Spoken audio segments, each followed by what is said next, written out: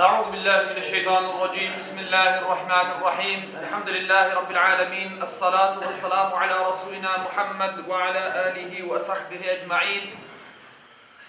Rabbi şrah li sadri ve yessir li emri ve hlul ukdeten min lisani yefkahu kavli ve ufawwidu emri ila Allah. İnnallah basirun bil ibad. Saygılı ve hürmetli dindaşlarım, Cuma konumuz hepimizge hayırlı ve mübarek olsun inşallah. Allah-u Teala geçken Cuma'dan bu Cuma'ya ces yapkan bütün günahlarımızına affı ve mağfiret eylesin inşallah. Muhterem Müslümanlar, Yüce Allah insanlığı yarattı, sayısız ve sonsuz nimetlerle donattı ve bu dünyada bazı yerlerini, bazı mekanlarını mukaddes kıldı. Bazı yerler bizim inancımıza göre Allah-u Teala'nın bizge belirtken ayetlerine göre bizler onlarını mukaddes dep sayamız. Mesela Kudüs camisi, yani Palestina'da yerleşken Mescid-i Aksa. Allah-u Teala mesela Kur'an-ı Kerim'de buyurar, biz onun etrafını mübarek kıldık diye. Müslümanlar için mübarek bir camidir, mübarek bir topraktır. İslam dini gelmezden o güne veya Allah-u Teala'dan emir gelmezden o güne bütün Müslümanlar ibadetlerini inangan, Allah'a inangan insanlar işte ibadetlerini o camiye doğru kılaydılar. İbadetlerini eda edeydiler. Çünkü o mübarek bir yerdir. Elbette emir gelgenden son Peygamberimiz sahabilerinden yani kıbla tarafı belli oldu. Kabe oldu Müslümanların kıblası. Onun için Medine'de Mescid-i Kıbleteyn degen bir cami var. İki tane kıblalı cami.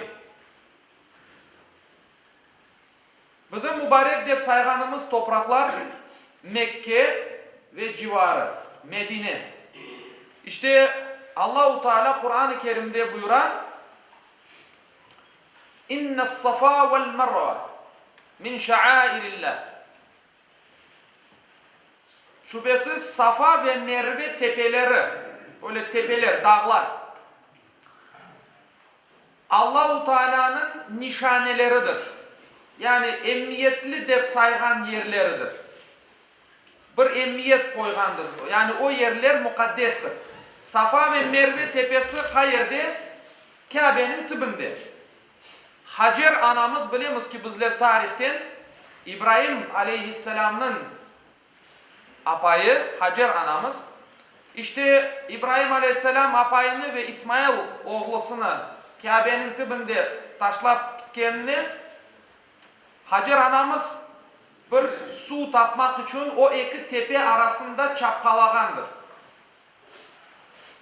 O sırada İsmail Aleyhisselam bir küçük bir bala, bebek daha elbette tepelengeni vakit o yerden ayağının tabanından ura ve Allah'ın işte bir kudretini göstergen bir mucize o yerden su fışkıra.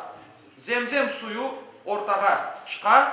Allah'ın vergen bir lütfudur. O kuraklık içinde, o çöllerin içinde su çıkar. Ali bugün gece elbette bilemiz o suyunu bütün dünya içi o bitkeni de yok, biteceği de yoktur. Büyük bir mucizedir. İşte bu yerlerini ziyaret etmek Allah-u Teala'nın bizlerge Kur'an-ı Kerim'de bir emridir. Ve Peygamber Efendimizin Muhammed sallallahu aleyhi ve sellemin sünnetinde bizler bunu koruyamız. Yani acılıkka barmak her bir Müslüman için farzdır. Ama nasıl Müslüman için?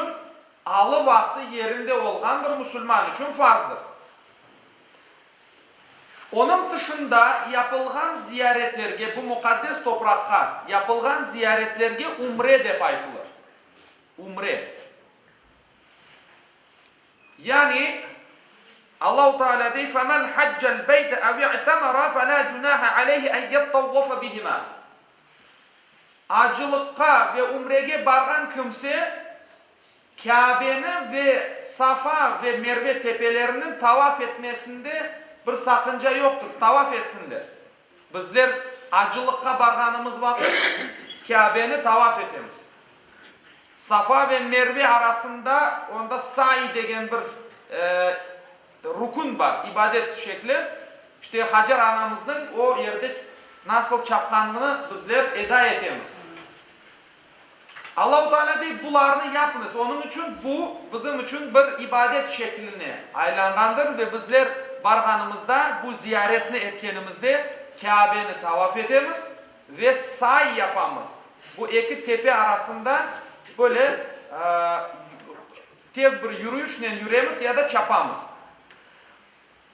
İşte Hanefi ve Maliki mezheplerine göre, onların içtihatlarına göre umre yapmak, yani acılık vakti dışında yapılgan ziyaretke umre dedik. İşte bu umre Hanefi ve Maliki mezheplerinde sünnet-i muekkededir. Yani sağlam bir sünnettir. Bilemiz ki Peygamber Efendimiz Muhammed sallallahu aleyhi ve sellem ömründe dört umre yapkandır. Acılıkını bir kere etkendir. Ama umreni 4 kere etkendir. Birincisi Hudeybiye umresi. Hudeybiye degen bir yer var. Mekke'ye barmazdan Hudeybiye degen bir yer var. Hatta o yerde müşriklerle, Müslüman olmaganlarla, Müslüman düşmanlarıyla, işte tarihte bu var, Peygamberimiz anlaşma yapandır. Müşrikler dediler ki biz seni yollamayız. Peygamberimiz ihramga kırdı. Beyaz urbasını işte acılıkka ve umrege gitken adam nasıl kiyeyse o urbalarını, o 5 parçalarını endi kiyinip kuşangandır. Umre yapmak için, ziyaret etmek için Kabe'ni. Ama müşrikler izin vermediler. Ve dediler ki bir anlaşma yapayım. Çünkü Peygamberimiz o zulümden kaçtı Mekke'den. Medine'den endikeyle Mekke'ye ziyaret için müşrikler koymayla. Ve o yerde pek işte kritik bir anlaşma yapıldı. Müslümanların zararına yapıldı. Sahabiler elbette onu şimdi kırmayık onun mevzusuna, ama demek istegenim Peygamberimizge yol vermediler birinci umresini yapmak için. Peygamberimiz ihramlı iken barıp kurbanını soydu ve başını tıraş etti ve umresini eda etken kibik işte sayılgandır. Ertesi yıl, yani Mekke'ye barmazdan umresini bu şekilde tekmilledi. Ertesi yıl Kaza umresi dep geçe. Yani Peygamberimiz endi anlaşmasını yapkandan sonra müşriklerle, çünkü müşrikler kuşattı Mekke'ni. Kimsenin içine girmesine izin vermiyorlar. Hatta Müslümanların girmesini hiç de istemiyorlar. Neyse bu anlaşmalar neticesinde Peygamberimiz ertesi yılı umrege bara, Kaza umresini yapa, yani Kaza umresi dep adlandırılar. Üçüncü umresi Cirane degen yerden kiriş yapa, bilemiz ki o mukaddes topraklarga kirmezden ogne onun bir kapıları var.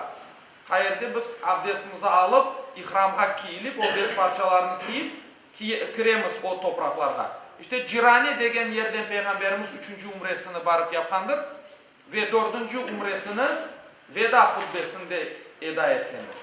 Veda artık Müslümanlarla vedalaşkanı vakit ölümünden ogne, işte en son yapan umresi de o yeri. Yani mukaddes topraklarını ziyaret etmek büyük bir sevaptır. Aslında Peygamberimiz bir yerde pek ince bir nokta daha var. Ne olursa olsun özünün doğan toprağına barıp kavuşmak için Peygamberimiz müşriklerle anlaşma bile yapandır. Görmegenleri zulüm kalmadı şu müşriklerde. Endi o evlerini terk ettiler. Medine'ye koçtular Müslümanlar.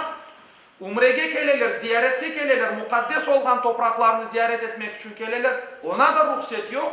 Peygamberimiz neticede bir anlaşma oturup imzalagandır müşriklerine.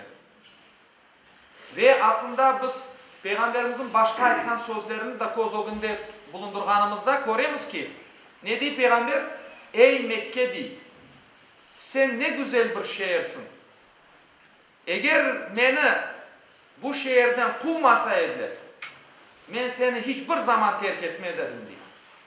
O doğan, büyügen topraklarına sahip çıkmak adına Allah-u Teala'nın o yerini mukaddes kılganını bilip durup Peygamberimiz o yerge ne olsa olsun varıp kavuşmak için müşriklerle bile bir anlaşma imzalagandır.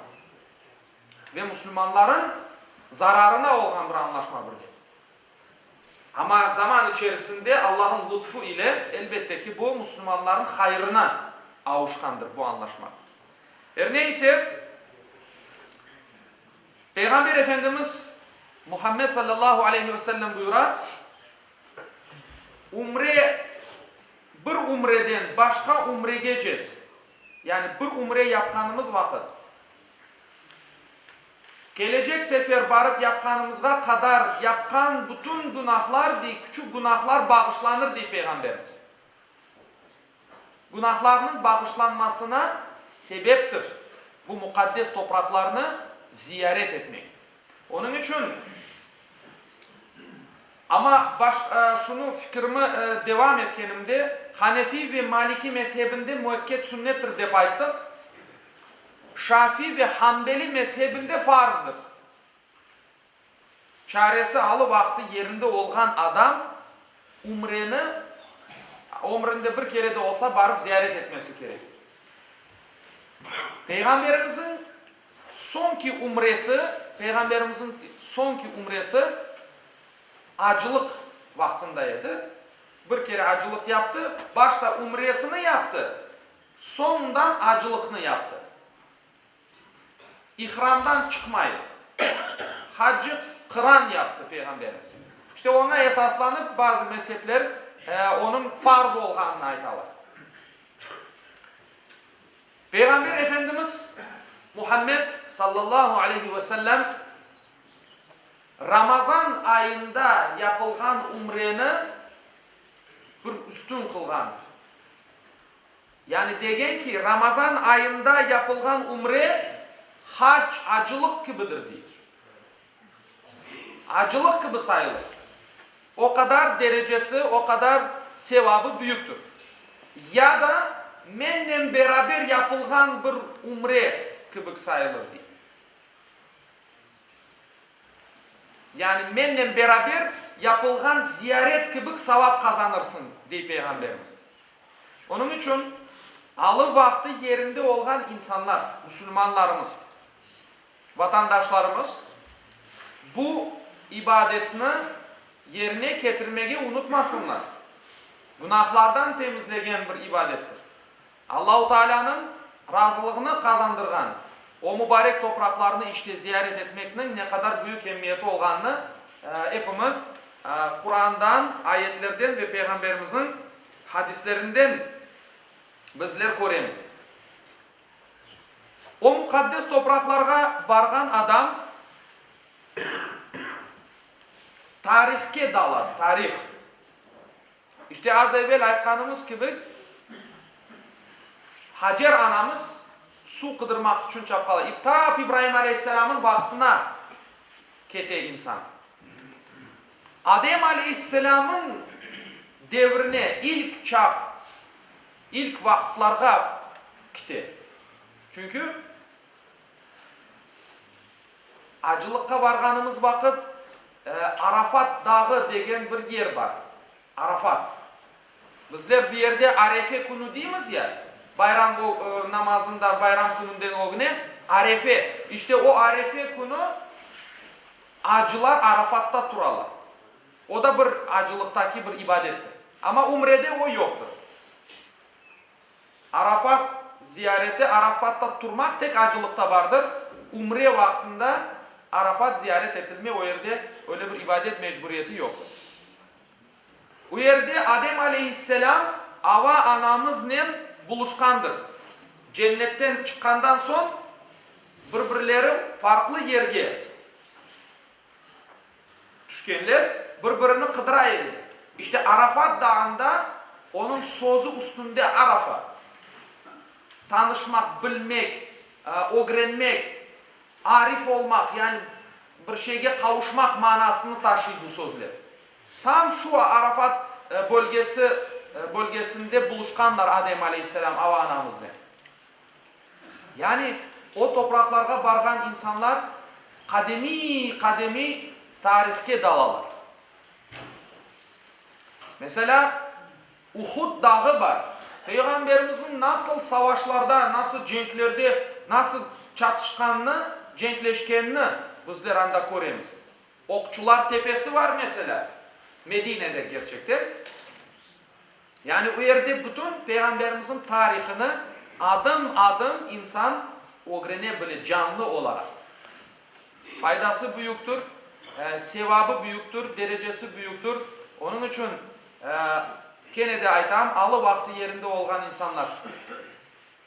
Öyle korantalar var ki, işte kış tatilinde, kış vaktinde vıhadnoylar olan günler, o tıralar Türkiye'ye giderler, rahatlanmağa. Birisi Tayland'a gidiyor, işte sağa solga giderler rahatlık için. Ama bir yerde bütün dünyanı aylanmak yerine bu ziyaretini eğer yapar isek daha da hayırlı olacağından eminim. Muhterem Müslümanlar, Peygamberimizin bir hadisinden sözümü yekunlayacağım inşallah. Peygamberimiz şöyle buyurgan, hac ve umreni beraber yapınız dedi. Çünkü hac ve umre ateşinin demir, altın ve kumuşun o kirlerini nasıl yakkanı gibi insanın günahlarını ve insanın fukareliğini yok eder. Günahlardan arınır insan. Acılıkka varganı vakit Peygamberimiz değil, anasından doğmak gibi günahsız kaytıp gelir.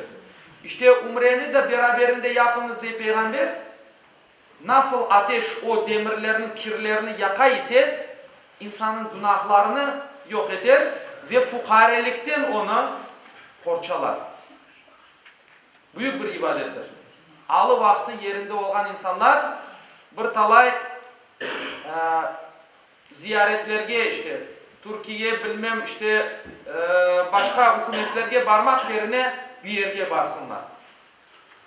Hem dünyalığını eda etken olurlar hem de manevi bir tat alıp evlerine kaytıp gelirler. Allah-u Teala cümlemizge Allah-u Teala'nın da buyurganı gibi acılık ve umreni tam yapınız.